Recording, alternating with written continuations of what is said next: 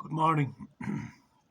Yesterday I was talking about creation, and I was saying that the best way to create, it's very easy to do monkey see, monkey do, but in my book that's not creation. That's just monkey see, monkey do. Like it's very easy to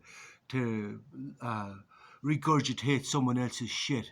To pay somebody for a course in how to do business, and then you get all these your 9.99 product, your €100 product, and then your €1,000 product, and this is how you sell it, and everybody else who pays for the same course using this business model. But that's monkey see, monkey do. That's not unique. That's not creation. That's just hungry for money. This is why I often try to say to people like that most people are motivated by their feelings, and that if the motivation is greed, a lot of people, for example, I was trying to explain that in the gold rush before, a lot of people left their duty to nature, what they were created to do, their purpose in life, and they went along. This is what I call about many people sell their soul because they're enslaved by their desires. But when you have to desire for money like this, when money is your objective, and you have this desire for money, this is what enslaves you. So a lot of people left their respective roles and went panning for gold. And of course, then there was lots of people who made money selling the picks, whores, and shovels. But it's the same as Bitcoin today. Like I get many people passing through here, like who travel on the profits of Bitcoin, and but never once would I say to myself, "Oh, I need money. I must invest in Bitcoin. I must invest in Bitcoin," because money is not my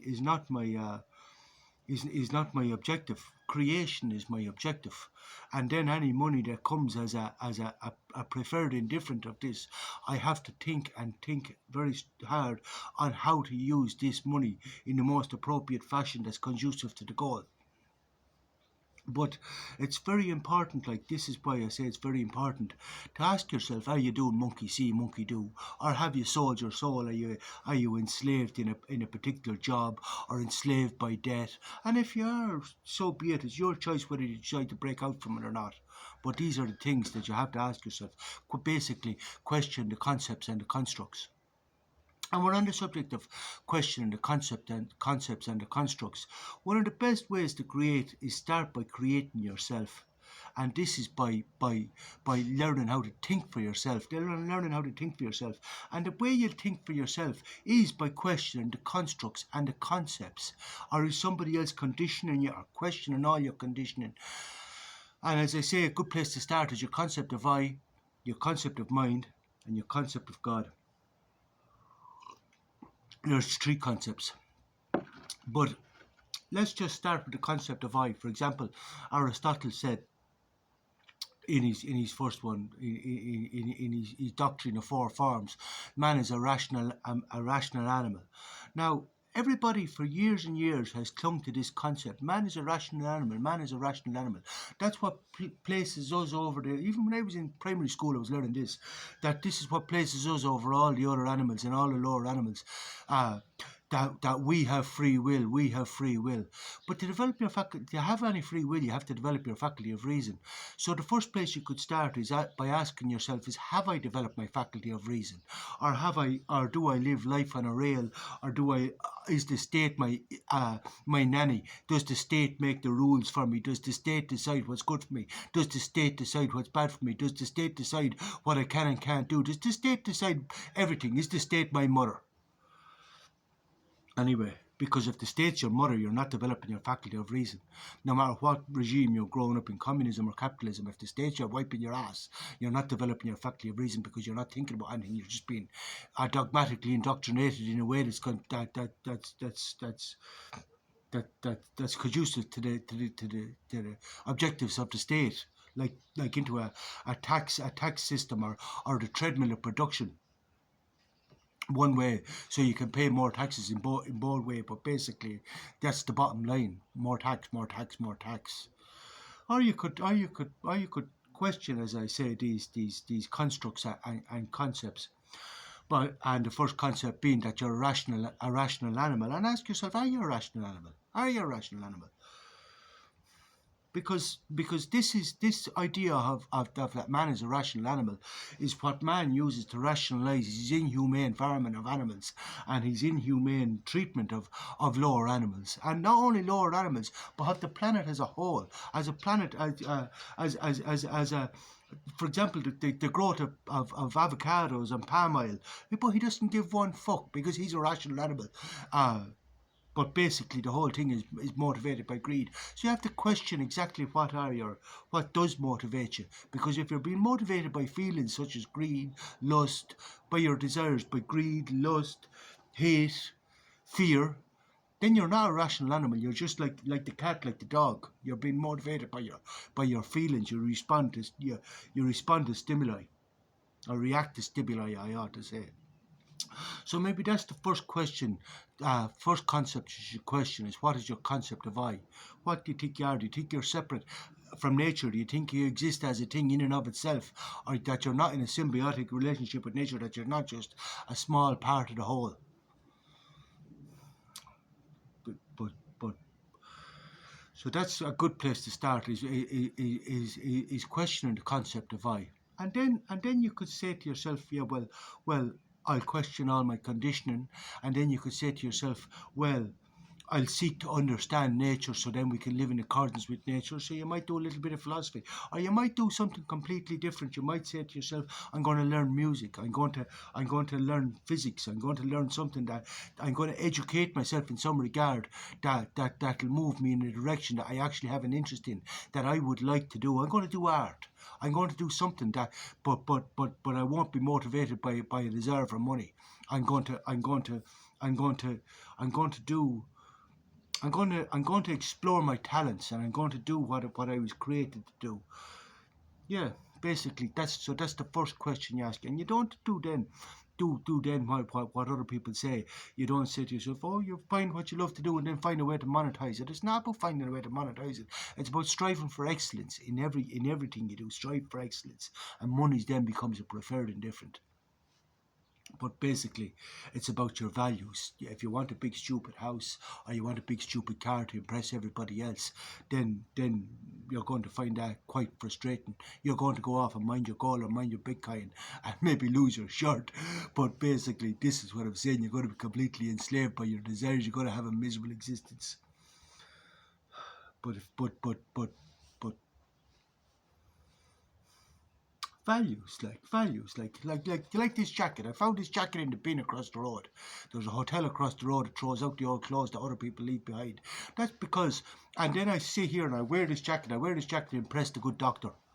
I said, because I don't care about the $3,000 suit, and the purpose and the reason I wear this jacket is so that I want to make a point to see through the bullshit, to see through the smoke and mirrors, and actually the most important thing is what I'm saying.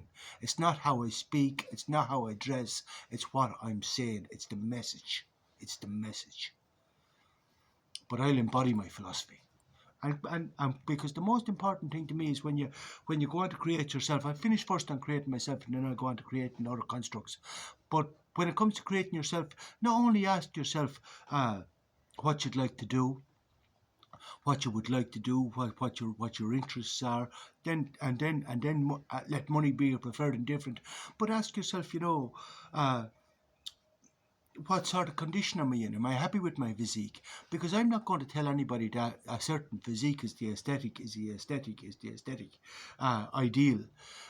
Because, for example, I remember looking at the Greek statues, and I said to myself, "Oh, that's the aesthetic ideal. That's the aesthetic ideal." But that's in my opinion. Like that would be in my. It's not only my conditioned idea, but but my soul would push me in that direction, that is the aesthetic ideal. But then I said to myself, did the universe make any sculptures, because of the art is very is used to create concepts? And I said, did the universe make any sculptures of anything other than the, say, Michelangelo's David or any of these sculptures of the aesthetic ideals. And I said to myself, Buddha's that size, but this is well, I always say Buddha is God, but yeah, God, a personified God, but yes, so this is another ideal. So if you're happy in your skin, you can just say to yourself, well. For some people, like for example, I was looking at a thing on Netflix recently on Sanctuary is the name of it, the sumo wrestlers, and I learned an appreciation for this body type. I learned I got a huge appreciation for this body type, this big powerful man, and the whole thing was. I learned I got huge appreciation for the sport, for this body type, everything. I could fully understand why you need to be this size, big powerful man, but it's not my aesthetic ideal. So you ask yourself is how would you like to look, and then that's the first concept you create. You work on your body, and then of course you have to think about everything you eat, and everything you ingest, and your purpose for everything. So you think about your purpose for everything. You think about your purpose for your money. How do I best use this? What is the best way I can eat? And it doesn't have to be an expensive diet. Like I'm on a diet of natural yogurt, eggs, brown bread, liver, chicken legs, rice and lentils, and that's nearly. But I'm going well in the gym. I was saying I'd tell you when I started taking a bit of performance enhancing drugs, but yesterday I was in the gym and I got dusted in a deadlifting. A lad got in to train me and he dusted me in a deadlifting thing. But look at my time. Yeah, so I was just thinking to myself, training in a competitive environment is very conducive to the goal of self-creation, to train in a competitive environment. Because often my soul said to me, oh, what's within your control? You can get down and do a few push-ups, you can get down and do a few press-ups. And I said, not a chance. Not a chance. I'm not that wrapped up in my body that I'm going to get down and do that fucking around. I call that fucking around. But when I'm training in a competitive environment, I have to say it drives me to strive for excellence, to not that I want to compete with them, but I am competing with them because this is what drives the evolutionary process. Competition. I want to be I want to be the best. It's that simple. I want to be the best. I want to be the best at everything I do. Whether that comes into fruition or not, that's not within my control. But I strive for excellence. I want to be the best. So that's creating yourself, and then when you that is within your control, and it's about flourishing, continuously flourishing. So then when you're creating yourself, then you can open out from that and start to create other concepts. For example, this hostel, and it's a fine balance that I have to ask myself every penny I have to get. I have to, even before I even spend money on myself, I have to ask myself, what is my first priority? What is my first priority?